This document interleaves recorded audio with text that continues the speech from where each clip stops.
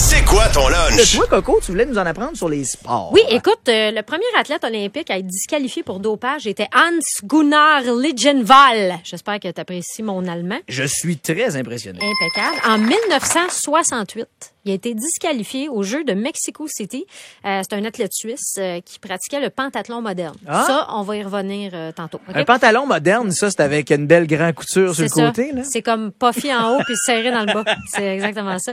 Il a pris 2 bières juste avant pour se calmer les nerfs. C'est vrai? Je te jure. L'équipe suisse a été obligée de retourner leur médaille de bronze.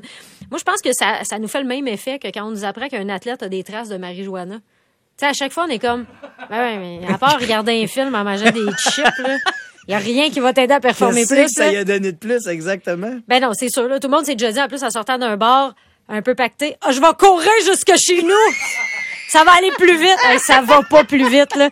Tu cours en diagonale, tu vomis dans les poubelles en te rendant, c'est la pire idée. Fait que je reviens au pentathlon moderne, OK?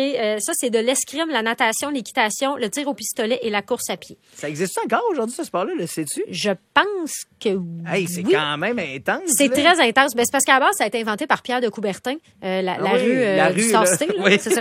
Puis, c'était pas dans mes affaires, mais je savais ça. Fait que ça a été inventé par Pierre de Coubertin dans les Jeux de 1900. Exactement. C'est toutes des activités où l'ajout d'alcool ajoute un niveau de difficulté élevé. Tu sais, c'est pas genre je bois de l'alcool puis je tire vraiment bien du gun. Tu sais, faut que tu aies de la précision. Faut distinguer pentathlon antique et moderne parce que c'est pas la même chose. Le pentathlon antique, les 5 épreuves étaient philosophées dans un drap blanc, se faire une saignée, c'est mieux d'enlever le drap blanc dans ce temps-là. Sculpter de très gros organes génitaux d'un dieu inventé dans de la roche, être déçu d'avoir un héritier féminin et mourir d'une dent de sagesse qui pousse trop à droite.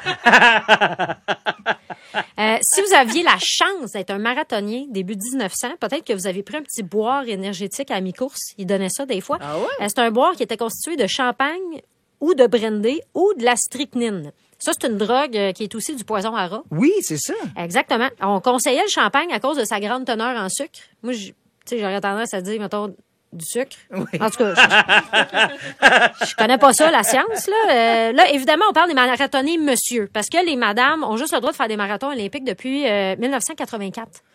C'est tard quand même, hein? Pour vrai? Ben, il y a des places qui étaient super avant-gardistes. Là. Le marathon de Boston, ils acceptaient depuis 1972. Parce qu'avant ça, là, les femmes, il n'y avait pas de jambes. Leur bas du corps, c'était un poil. C'était comme un centaure Whirlpool. Fait que c'était bien dur de courir. Ça fait cacang, ça te prend des straps. Pis tout. T'étais chanceuse si t'avais une 4 ronds, parce qu'il y en a qui avaient juste 2 ronds. Ben, tout c'était à fait. tannant, Ben, oui, puis l'induction n'existait pas à l'époque. En tout cas, c'était bien compliqué.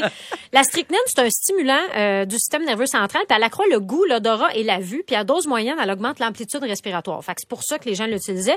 Moi, je google strychnine, tu sais, pour comprendre un peu, et je tombe sur une nouvelle du 7 mars 2020. C'est écrit: le Canada interdit l'usage de strychnine pour contrôler les spermophiles de prairies. Hein? Là, je google spermophile des prairies dans la crainte, OK? Parce que je sais pas ce que je vais tomber, moi, là. Ben, je tombe sur un animal. C'est un rongeur de type écureuil/marmotte qui s'appelle le spermophile de Richardson et qui vit dans les prairies. Mais c'est donc ben chien de s'appeler de même. Qu'est-ce qu'il a fait pour mériter ça, cet animal-là? Tu sais, c'est quoi la deuxième option? L'anus poilophile de Siméon? Hey, moi, pour vrai, en googlant ça, le spermophile, je m'attendais à une porn star redneck posée quartier avec des bottes de cowboy puis une tuque des Oilers, ou un tueur en série qui collectionne les testicules pour faire un très gros collier de perles géant à sa statue réplique de sa mère faite en petits animaux morts.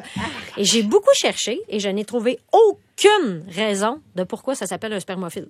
Il y a pas de raison. L'origine est grecque, ça veut dire qu'il aime les graines. Il est pas choyé, cet animal-là? Il devrait être une mauvaise personne dans une autre vie. Et ça a pas de bon sens. Et le dernier petit fun fact, l'athlète le plus payé de tous les temps, Brian, je ne sais pas si tu le sais. Non. C'est-tu dans quel sport à peu près? J'aurais tendance à dire peut-être soit le tennis ou la F1. Non, c'est le conducteur de char romain. Il y a un certain Gaius Apelius Dictolès qui a amassé une fortune de 36 millions de sesterces à peu près. C'est l'équivalent de 15 milliards aujourd'hui. Ouais. Puis avec ça, il a payé pour changer de nom. Il s'appelle maintenant Spermophilus de Richardus. C'est quoi ton lunch?